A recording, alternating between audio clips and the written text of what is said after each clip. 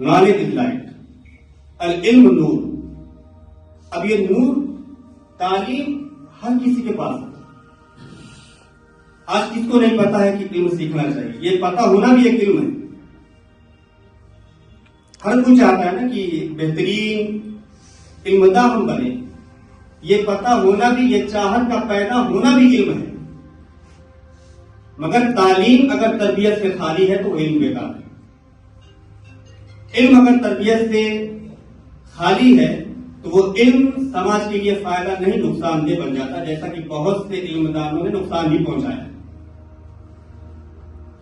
تعلیم کے ساتھ تربیت یہ کیسے حاصل ہوگی؟ تعلیم کے ساتھ جو روشنی ہے، علم جو نور ہے، وہ نور کیسے داخل ہوگا؟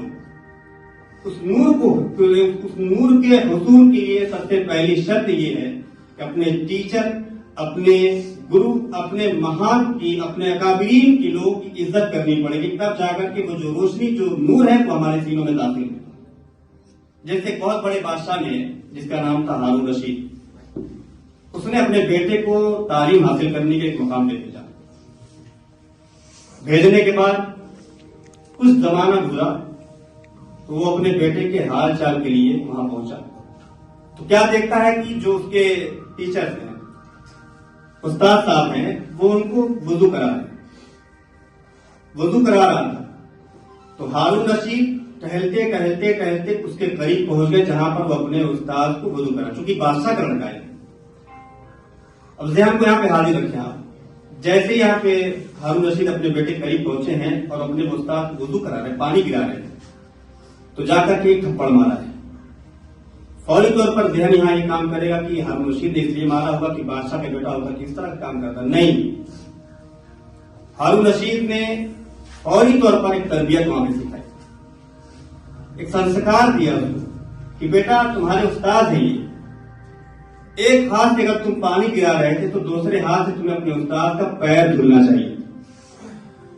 اسی تربیت کے بعد جو روشنی داخل ہوتی سینے میں، اسی روشنی سے ظلم کا اندھیرا دور ہوتا ہے، اسی روشنی سے فریب ختم ہوتا ہے، اسی روشنی سے جھوٹ ختم ہوتا ہے، اور سماج اور معاشرے میں پیار اور محبت کی فضا قائم ہوتی ہے.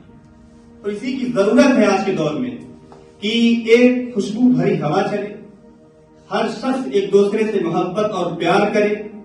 اور اسی کا سبق ہمارے آئین نے دیا کہ سب کوئی، ہر مذہب کا، ہر برادری کا، ہر شخص جو ہے مساوات کے ساتھ ایک ساتھ مکمل طور پہ کاندھے کے ساتھ کاندھا ملا کر اس ملک کے تحفظ کے خاطر، اس ملک کے آئین کے خاطر اپنے اگر لہو کی قربانی دینی پڑے تو قربانی بھی دے، اور اس ملک میں اگر محبت کی فضا قائم کرنے خاطر اپنے وقت کی قربانی دینی پڑے تو اپنے وقت کو بھی قربان کرے.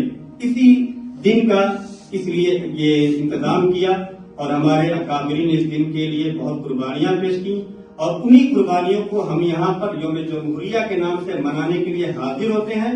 اور یہ ہمارا قومی تہوار ہے 26 جنوری، اور اس تہوار کو ہم ہر سال بڑے پیار اور محبت اور بڑی شان و شوکت کے ساتھ مناتے ہیں. وآخر دعوانا الحمدللہ رب العالمین. ہمارے بولنے میں لفظ کوئی غلطی اگر ہو گئی ہو تو ہم نے ہمارے اکابرین کی موجودگی میں، ہم نے ہمارے پردھان جی، ہمارے چچا اور ہمارے ڈاکٹر صاحب، تمام لوگ موجودگی میں ہم نے یہ بیان دیا، تو ہم اس کے لیے معذرت خواہ ہیں. السلام علیکم و رحمۃ اللہ.